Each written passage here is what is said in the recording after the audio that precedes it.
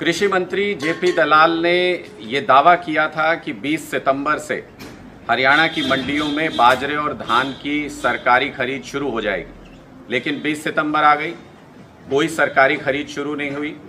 कृषि मंत्री के दावे हवाई साबित हुए और किसान मंडियों में धक्के खा रहे हैं, परेशान हो रहे हैं और अपना बाजरा और धान सही समय पर सही मूल्य पर नहीं बेच पा रहे हैं। हज़ारों क्विंटल बाजरा महेंद्रगढ़, रेवाड़ी, चरखी दादरी की मंडियों में आया हुआ है, लेकिन खरीदने का कोई इंतज़ाम नहीं है।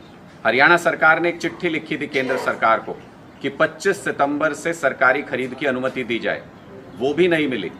कहा तो ये जा रहा था कि डबल इंजन की सरकार है, हरियाणा में भी बीजेपी की सरकार है, केंद्र में भी बीजेपी की सरकार है, तो इससे लोगों को फ़ायदा होगा, लेकिन कोई फ़ायदा होता नहीं दिख रहा। पिछली बार भी इसी तरह से मौसम की मार की वजह से मंडियों में पड़ी हुई किसानों की फसल खराब हो गई थी, किसानों ने प्रदर्शन किया था, उसके बाद खरीद शुरू हुई थी। इस बार भी लगभग वही हालात बनते हुए दिख रहे हैं। क्या सरकार को किसानों की बिल्कुल भी परवाह नहीं है? क्या सरकार किसानों की मदद नहीं करना चाहती है? क्या सरकार किसानों को अपनी फसल के सही दाम मिल जाएं, ये नहीं चाहती है? इसलिए जल्दी से जल्दी हरियाणा सरकार को किसानों की सरकारी खरीद का इंतज़ाम करना चाहिए, मंडियों में व्यवस्था दुरुस्त करनी चाहिए।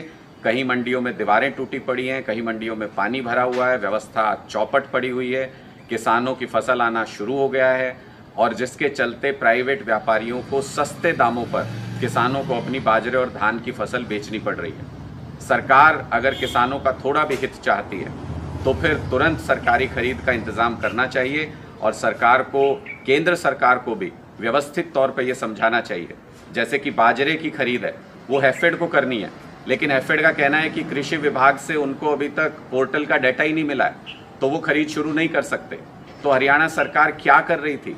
इतने दिनों से पोर्टल क्यों खेल रहे हैं? क्यों अभी तक सरकारी खरीद के लिए या हैफेड की खरीद के लिए पोर्टल का सारा डाटा हैफेड के पास नहीं पहुंचा है?